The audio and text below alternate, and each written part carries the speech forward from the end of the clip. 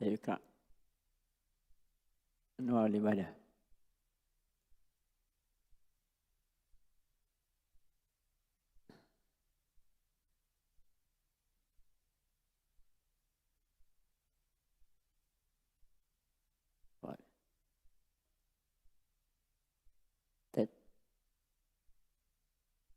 Ikra. Santri yang baca ya. Baik.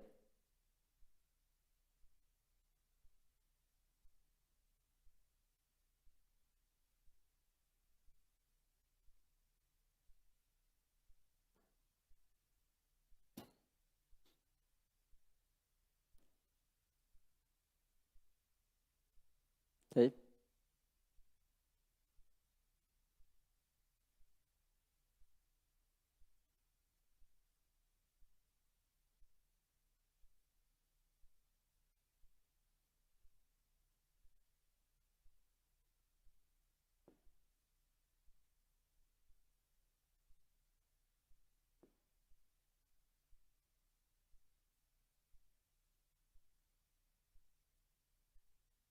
Nah, ikra.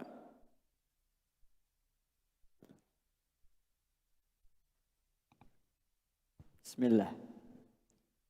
أعوذ بالله من الشيطان الرجيم بسم الله الرحمن الرحيم. Maksud ikra kitab. La takra'u bisabura.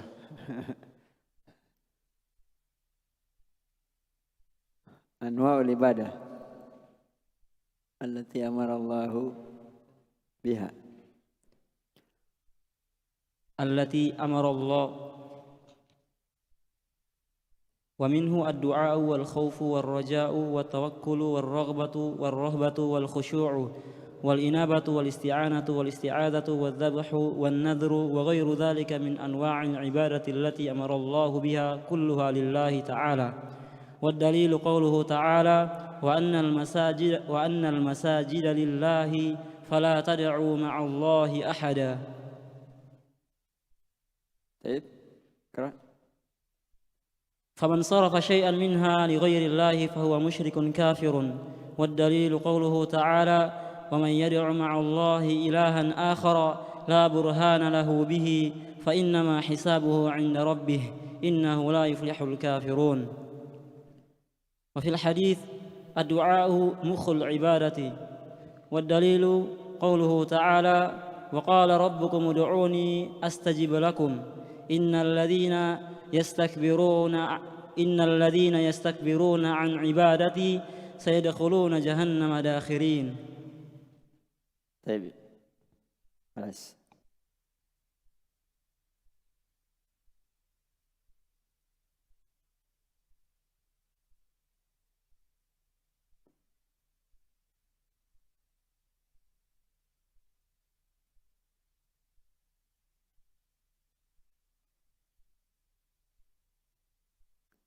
Nah, bismillahirrahmanirrahim. Alhamdulillah.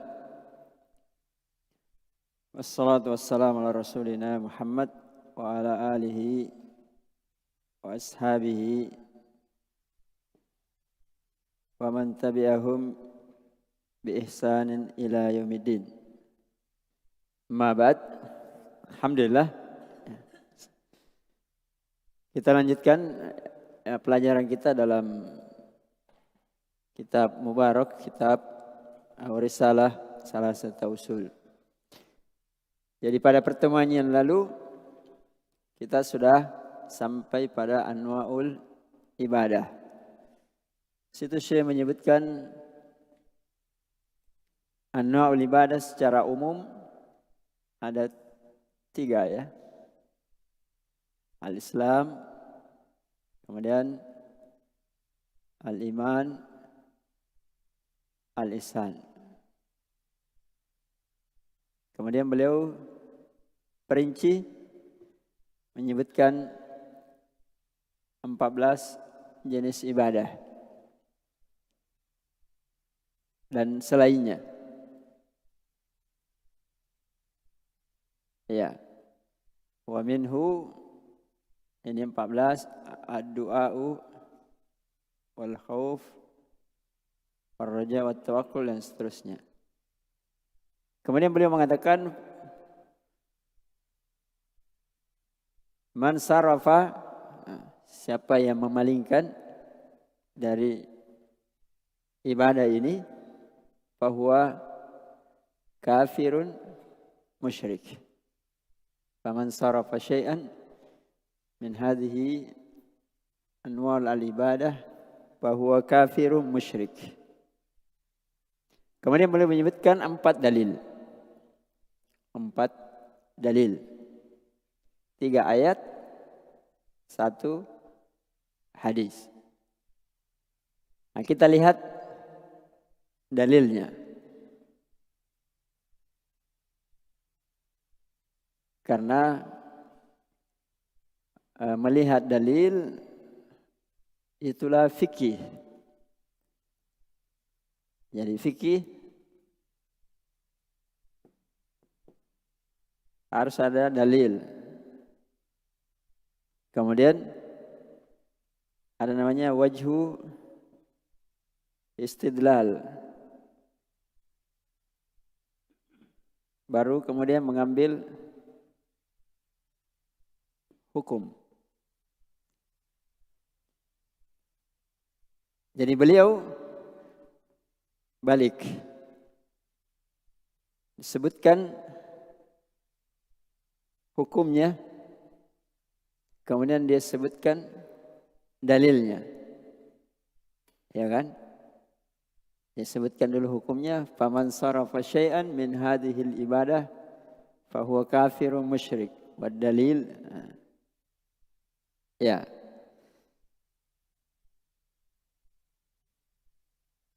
Kita lihat dalilnya, apakah itu sesuai dengan apa yang disebutkan.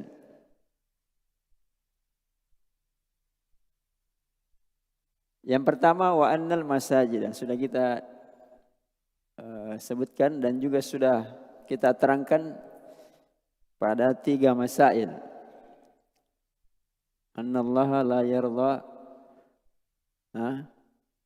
ayyusyrika ma'ahu ahadan min khalqihi fala nabiyyun mursal wala malakun muqarrab. Dalilnya ini, ya kan? Sekarang diulangi lagi. Dalil bahwa semua ibadah itu ya tidak boleh dipalingkan kepada selain Allah. Nah, kita lihat dalil tersebut, apakah sesuai atau tidak, mencocoki atau tidak. Wa annal masajidah, ya sudah kita terangkan ya. Masjid maknanya tempat sujud, bisa maknanya masjid, bisa maknanya seluruh alam ini. Masjid. Lillah. Hanya untuk Allah. Artinya kalau bersujud atau ibadah di masjid atau ibadah di mana saja, lillah. Itulah tauhid. Fala tad'u, maka janganlah engkau berdoa. Di sini doa. Ma'allahi ahada. Ini kesyirikan. Ya. Syirikan. Di sini tauhid, di sini kesyirikan.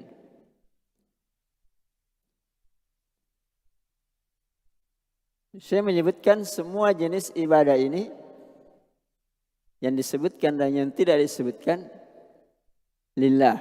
Kan begitu? Lillah. Hanya untuk Allah. Itulah tauhid. Sudah cocok atau tidak?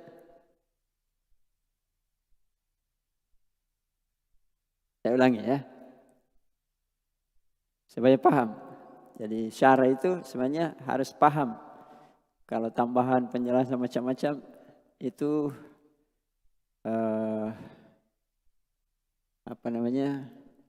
penyempurna saja.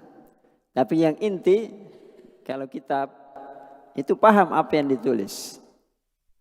Ya, walaupun tidak disyarah panjang lebar. Biasa disyarah panjang lebar, tapi kalau tidak ditahu maksudnya jadi ngambang juga. Nah, saya ulangi ya. Disebutkan di sini 3 ibadah secara umum. Dan semua ibadah kembali ke sini. Kemudian beliau sebutkan perinciannya. Contohnya, ibadah zahir dan ibadah batin. Dan selainnya dari yang tidak disebutkan. Karena masih banyak jenis ibadah yang lain. Kemudian beliau menyebutkan dalilnya. Dalilnya bahwa semua ibadah ini hanya untuk Allah. Kapan dipalingkan, maka dia bernilai kesyirikan. Nah, dalilnya wa annal masajida lillah. Disebutkan masjid. Karena masjid maknanya bisa tempat sujud, bisa masjid seperti masjid ini, bisa juga selainnya di mana saja di bumi ini bisa jadi masjid. Lillah. Berarti ini bernilai ibadah. Karena di masjid bisa orang berdoa. Ya kan? Di luar masjid bisa juga berdoa. Di masjid bisa takut. Di luar masjid juga bisa takut. Tawakal, berharap, dan semua yang disebutkan ini kan cocok. Ya. Cocok dari penggunaan kalimat wa annal masajid dalam beberapa pengertian tadi. Berarti dalilnya sudah cocok atau tidak? Ya, cocok. Lillah, hanya untuk Allah. Tidak boleh kepada selain Allah. Kemudian sekarang kebalikannya. Fala tad'u. Janganlah kalian berdoa. Nah, ini lagi. Ma'allahi ahadan, bersama Allah sesembahan yang lain siapapun dia. Malaikat, nabi, wali, apalagi yang dibawanya. Di sini Allah menyebutkan kalimat doa. Sementara di sini, ini kan, ini bukan doa saja. Ada Islam, ada iman, ada ihsan, dan ada perinciannya. Salah satunya doa dan lebih banyak selain daripada doa. Terus kalimatnya doa, benar atau tidak? Yang kalimatnya di sini janganlah kamu berdoa. Sementara di sini khauf, raja, tawakal, apa lagi? Khasyah, inaba, istighosa, adzabhu dan seterusnya. Benar atau tidak? Dari sisi mana benar? Hah? 6.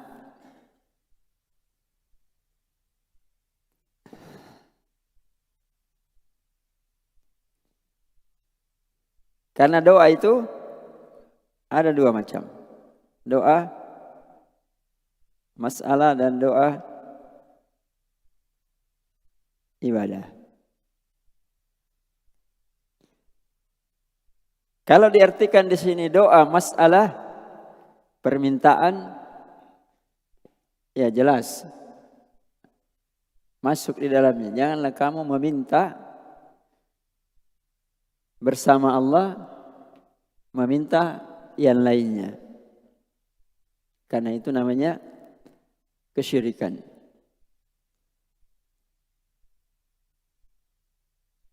Dan semua ibadah, ya, semua ibadah bilisani halihi itu mengandung doa. Bukan lisan ucapan, tapi lisan hal. Itu mengandung doa. Apa buktinya? Sekarang kita belajar. Ibadah atau bukan? ibadah. Ketika belajar mengandung doa atau tidak? Bilisanil hal. Mengandung doa atau tidak? Hah? Ya, mengandung doa. Mau pintar, berdoa kan supaya pintar. Mengandung doa supaya ketika belajar ada pahala. Berarti mengandung ya doa. Walaupun dia tidak ucapkan. Ketika salat, selain yang isinya doa, selain doa permintaan, tapi lisanul halnya dia meminta kepada Allah agar dapat pahala. Hah? Berarti kan doa agar diberi ganjaran, dinaikkan derajatnya, diampuni dosa-dosanya dan selainnya. Berarti mengandung doa. Ya, maka pendalilan ini benar atau tidak? Seandainya pun dianggap maknanya yang sebagian besar orang pahami itu permintaan juga tidak salah. Karena mengandung doa.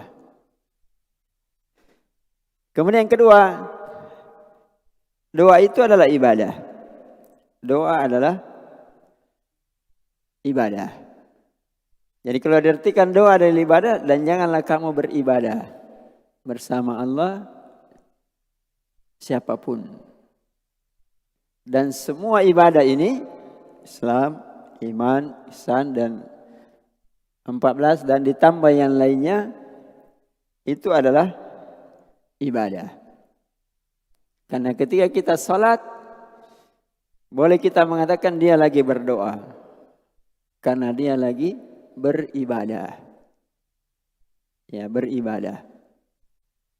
Ketika dia membayar zakat, boleh dikatakan dia berdoa. Karena dia lagi beribadah.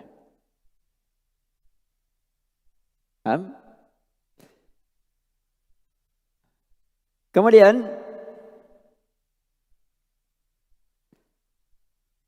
Al-Quran membahasakan dan paling banyak menggunakan kalimat doa, ya, doa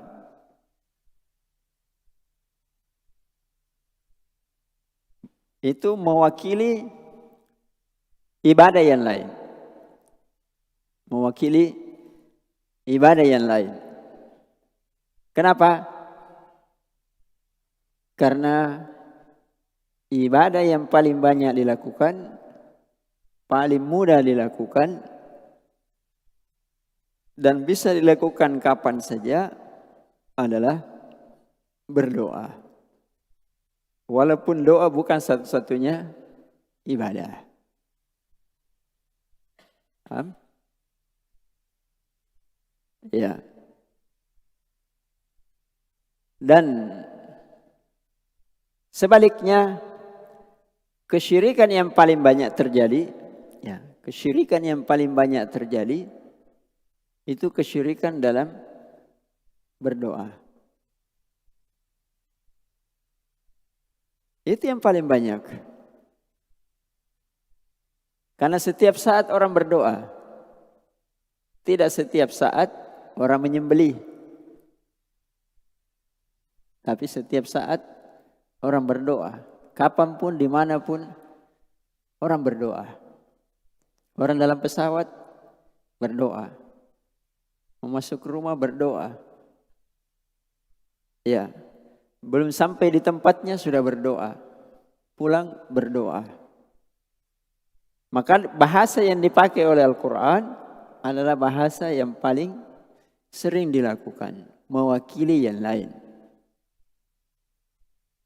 Maka kesyirikan yang paling banyak terjadi juga kesyirikan dalam berdoa.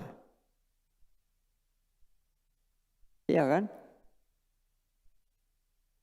Kita saja paling banyak berdoa atau paling banyak mengaji? Walaupun anak tahfiz. Ya, paling banyak berdoa. Nah, kalau dia tergantung kepada selain Allah, itulah paling banyak kesyirikannya. Lihat misalnya orang-orang Konfusius, ya, penyembah matahari. Pagi-pagi berdoa. Ya kan, berdoa. Yang tidak punya ibadah, agama yang tidak punya ibadah, lebih banyak hakikatnya ibadahnya mereka itu doa-doa saja. Seperti Konghucu, Buddha, Hindu, itu kan tidak ada ibadahnya.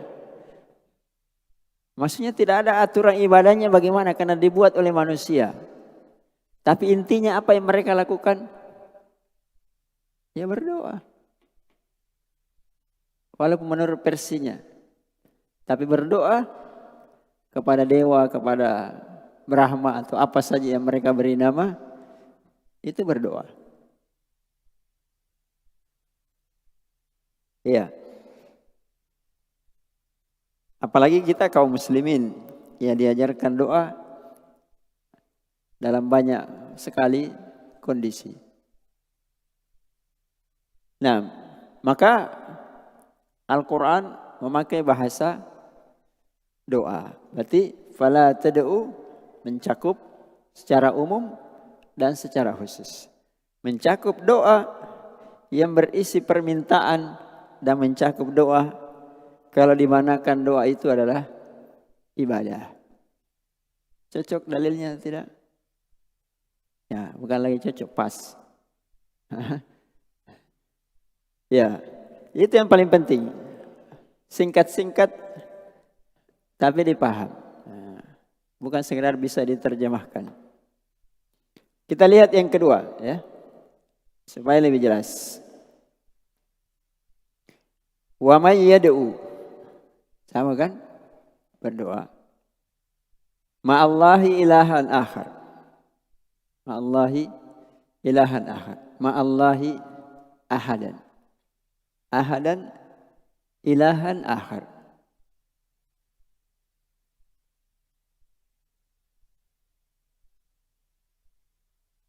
Berarti siapa yang berdoa bersama Allah sesembahan yang lain, maka dia berbuat apa? Tauhid atau syirik? Kesyirikan. Ya makanya kalimat tauhid kan selalu kalimat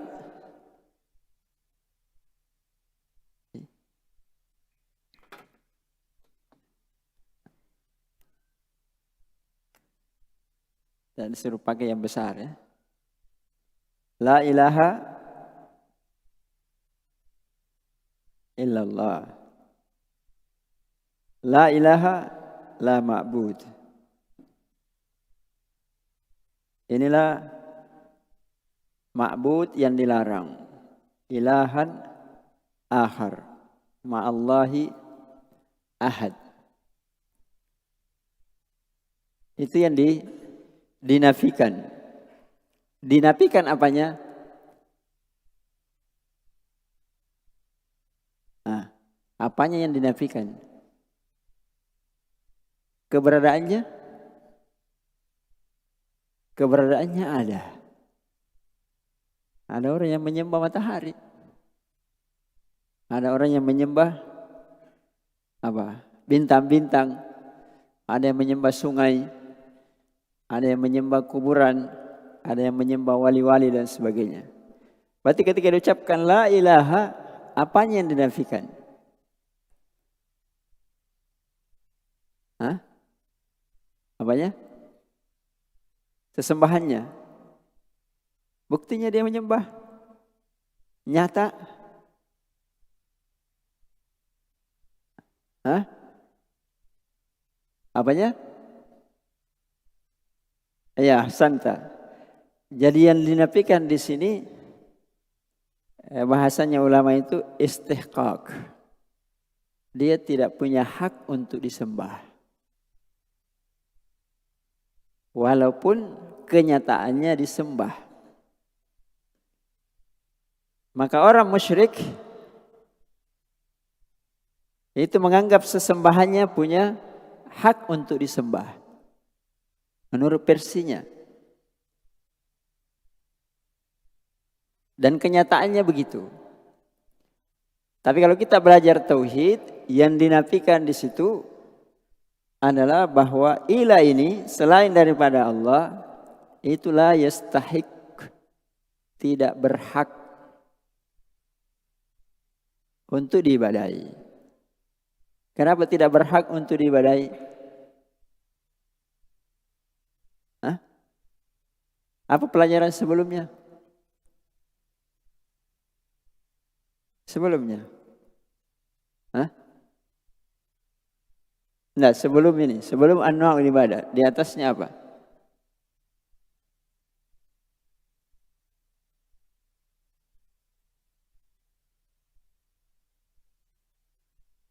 Ar-Rabb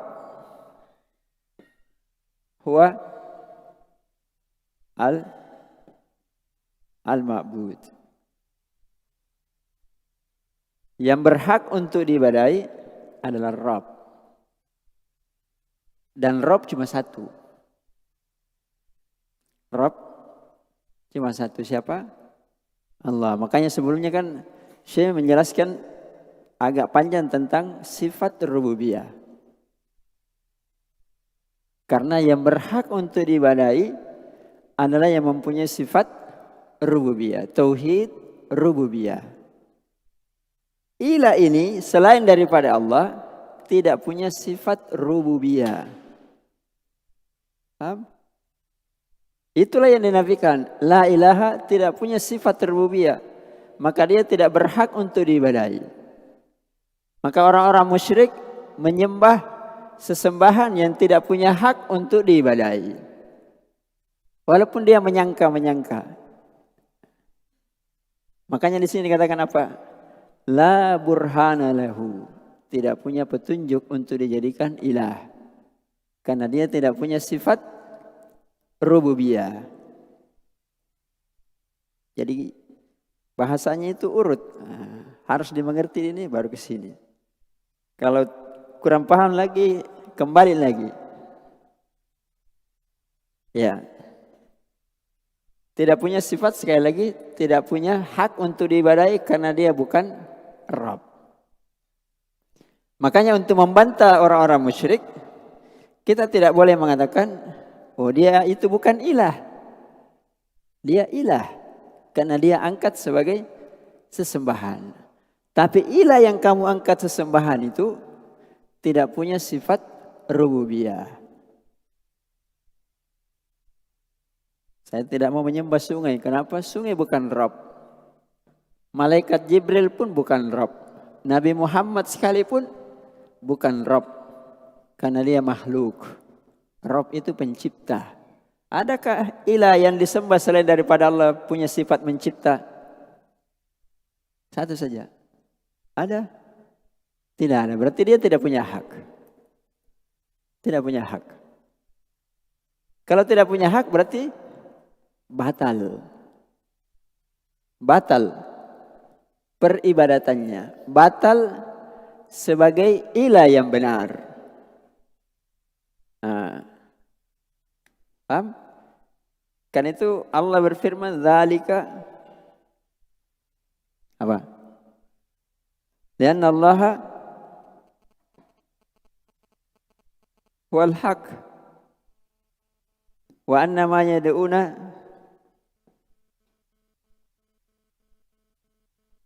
min dunihi huwal batil. Batil karena dia tidak punya hak. Sama orang menikah. Menikah tanpa wali misalnya. Batil atau tidak? Batil. Dia menyangka suami istri, itu persangkaannya. Tapi secara hukum tidak sah. Secara hukum tidak sah. Terjadi tidak? Terjadi. Tanpa menikah pun ada orang menyangka suami istri. Terjadi tidak? Terjadi. Tapi dia batil. Nyata? Ya nyata. Ya sama, kesyirikan itu nyata. Ada ilah selain Allah? Ada. Kenyataannya. Tetapi secara haknya dia tidak punya hak untuk dijadikan ilah. Walhamdulillah. Jelas atau belum jelas? Baik. La burhana lahu. Tidak ada petunjuknya untuk jadi ilah. Coba kami tanya semua ilah-ilah, pasti tidak ada petunjuknya. Kalaupun ada, ya hanya berjidal saja. Oh dia hebat, dia begini, dia begini, dia begini. Tapi intinya, dia tidak bisa jadi Rabb. Selesai. Ya. Biar bisa terbang, tidak dimakan tanah, itu bukan rububiyah. Ya, karena tanah pun makhluk. Ya, tidak dimakan tanah pun makhluk. Ya intinya kan begitu. Selain daripada Allah semua makhluk. Biar bagaimana hebatnya. Nah. Dajjal saja bisa menciptakan, mematikan kan, menghidupkan dan mematikan. Tapi dia ilah atau tidak? Ya kalaupun dianggap ilah yang batil. Karena bukan Rabb. Ya kehebatannya bagaimanapun tidak bisa menjadi Rabb. Dan tidak ada apa-apanya kehebatannya dibandingkan dengan rububiyahnya Allah. Ya karena kebanyakan manusia kan terjerumus dalam kesyirikan karena dipengaruhi dengan hal-hal yang luar biasa menurut persangkaannya. Padahal itu sebenarnya kalau tauhid itu bukan luar biasa. Luar biasa kalau dari sisi makhluk. Nah, luar biasa di luar kebiasaan dari sisi makhluk. Tapi dari sisi Allah tidak luar biasa. Karena dia makhluk. Buktinya dia mati. Itu saja. Hebat bagaimanapun kan mati. Luar biasa tidak? Ya selesai. 6. La burhana lahu. Fa innama hisabuhu inda rabbih innahu la yuflihul kafirun. Di sini ada tapi tidak usah diperpanjang. Cukup ini saja. Wa qala rabbukum ud'uni. Doa. Sama kan tadi? Doa bisa maknanya doa, bisa maknanya ibadah, bisa maknanya doa ketika meminta ataupun doa secara ibadah. Dan ini akan lebih jelas sambungannya. Rabbmu mengatakan mintalah, saya akan jawab. Berarti orang berdoa itu harus yakin akan dijawab oleh Allah. Nah, sudah kita jelaskan dulu ya. Apa lanjutannya? Innal ladzina yastakbiruna an ibadati. Di sini pakai lafaz ibadah. Tadi pakai lafaz doa. Berarti doa itu adalah ibadah. Sungguhnya orang-orang yang sombong dari beribadah. Salah satunya adalah berdoa. Termasuk ibadah yang lain. Orang-orang yang sombong tidak mau tawakal kepadaku. Tidak mau berharap hanya kepadaku. Tidak mau menyembelih hanya untukku. Diancam dengan jahannama dakhirina fiha. Karena dia melakukan kesyirikan. Jelas? Kemudian jelas lagi dengan sebuah hadis. Ad-du'au mukhul ibadah. Lafaz ini lafaz yang tidak sahih. Walaupun maknanya sahih. Lafaz yang sahih hadis sesudahnya. Karena dalam Sunan Tirmidzi setelah hadis ini ada hadis sesudahnya. Ad-du'au huwal ibadah. Ya lebih jelas lagi kan? Doa itu adalah ibadah. Doa adalah ibadah. Nah sekarang sebagai pelengkap. Karena dimulai dengan doa. Jadi nanti semua yang lainnya walaupun kita akan jelaskan kembali kepada pokok ini. Ya, pokok ini. Kapan doa itu dikatakan kesyirikan? Kapan seseorang berdoa sehingga dikatakan dia melakukan kesyirikan dalam doa? Secara garis besarnya Ada 3 ya. Orang melakukan kesyirikan dalam berdoa. Yang pertama, berdoa kepada yang sudah meninggal. Secara mutlak. Siapa yang berdoa kepada yang sudah meninggal, maka dia melakukan kesyirikan. Apakah yang meninggal itu mampu melakukannya ketika dia hidup? Mampu melakukannya ketika dia hidup atau tidak? Tapi ketika dia berdoa kepada sudah mati, maka itu kesyirikan.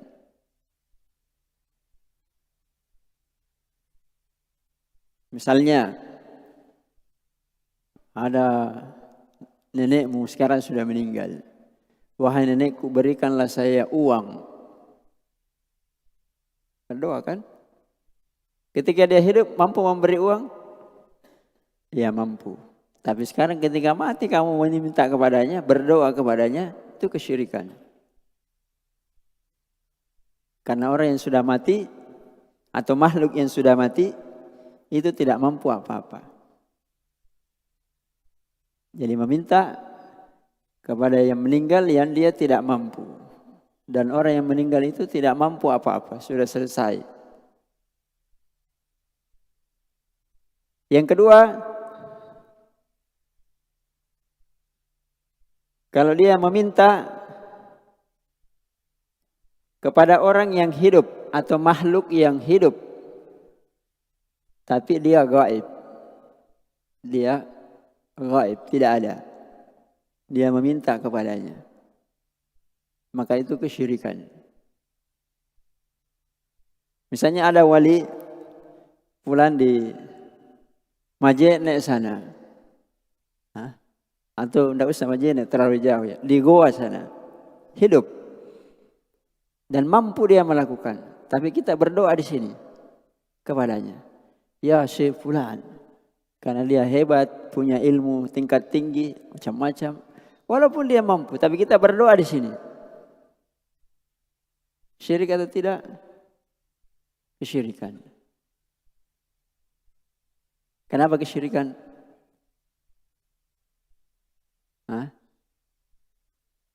Kenapa kesyirikan? Iya, karena gaib tidak mampu. Walaupun dia mampu, tapi ketika gaib tidak mampu.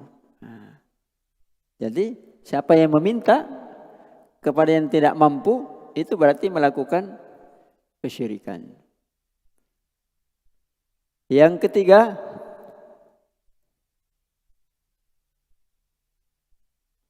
meminta kepada orang yang hidup ada tapi tidak mampu. Itu juga kesyirikan. Orangnya ada, hidup, ada di hadapannya, tapi dia tidak mampu. Apa contohnya?